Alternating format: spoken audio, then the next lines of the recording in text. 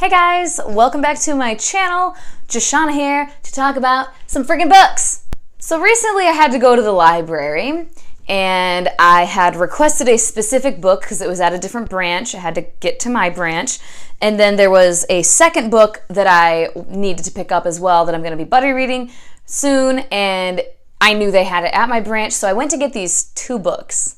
And I told myself, I'm only getting these two books. And lo and behold, I got way more books. And I also ended up purchasing some from the library store. So that's what I'm going to show you today. So technically it is all a library haul because I got all of them at the library, but 3 of them were purchased. But let's get into it. So the one that I had specifically requested and had to wait to come from the other branch is American Street by Ibi Zoboi. I should look that up. Ibi Zoboi. I did look it up. So yeah, I wanted to read this. February, in case you were not aware, is Black History Month. And I'm reading, my Throwback Thursday book is Caucasia by Danzy Senna. I've read this a few times, but it's been years.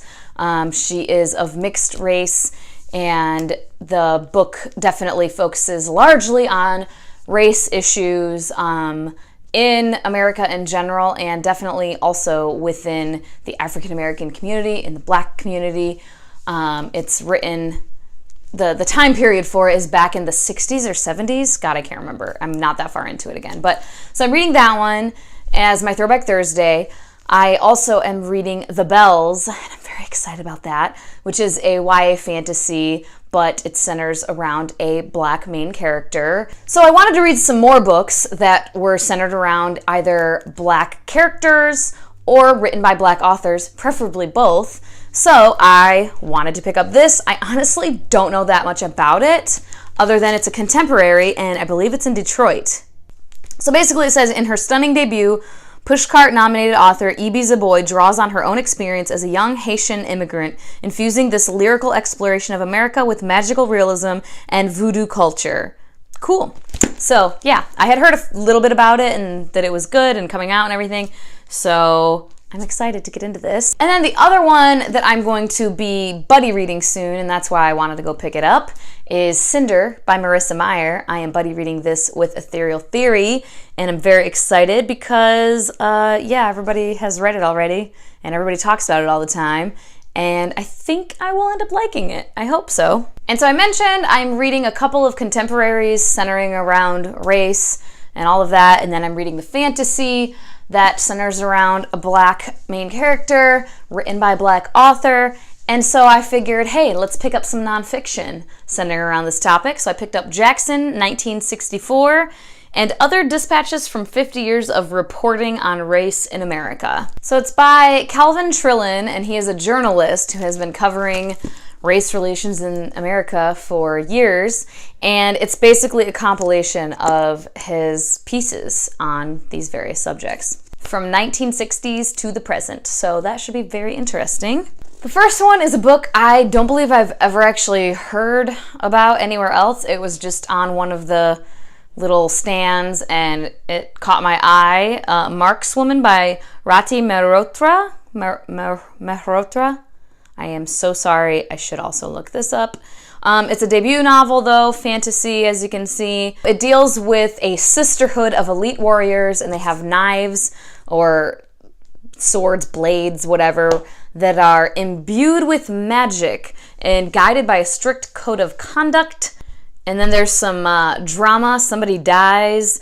The main character has to go on the run, and she finds herself in a place where they have the only order composed of men instead of composed of women, and things ensue. I don't know. It sounded pretty interesting, so I picked it up.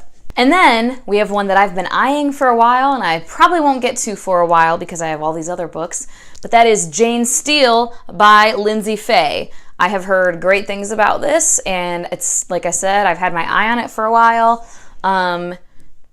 Who was just talking about it the other day? I think Joss at Squibbles Reads. I think she was talking about it again. It's one of her favorites. And yeah, it just sounds really awesome. And then the 3 books that I purchased, I got these 3 books for a total of $5. This one was $1, and that is The Song of Achilles by Madeline Miller. And I have heard about this here and there and everywhere. And yeah, I'm very interested to read it. And then these two books, I think, are the final two in this series. Definitely one of them is the final book in this series. And I haven't read this series at all. I've not read a single book from this series, but I really want to. And that is the, I don't even know what it's actually called, The Hollows by Kim Harrison. Yeah, it's a vampire, paranormal, whatever. And Julie at Pages and Pens has talked about this and recommended it. I love me some good, paranormal vampire stuff. The Sookie Stackhouse series has been my fave for a while, and Julie also enjoyed that, and she recommended this as another one that's in that same vein. So when I saw these two hardcovers for just $2 each, I went and picked them up. I mean, will I love them? I'm not sure. I have not read the first book of the series, and I'm pretty sure there's quite a few. I think there's like 10 or so. But whenever I get to these, oh my God. Whenever I get to these, I will have them in my possession. All right, those are the library books I got recently. We will see how long it takes me to get through all of them. Probably a while.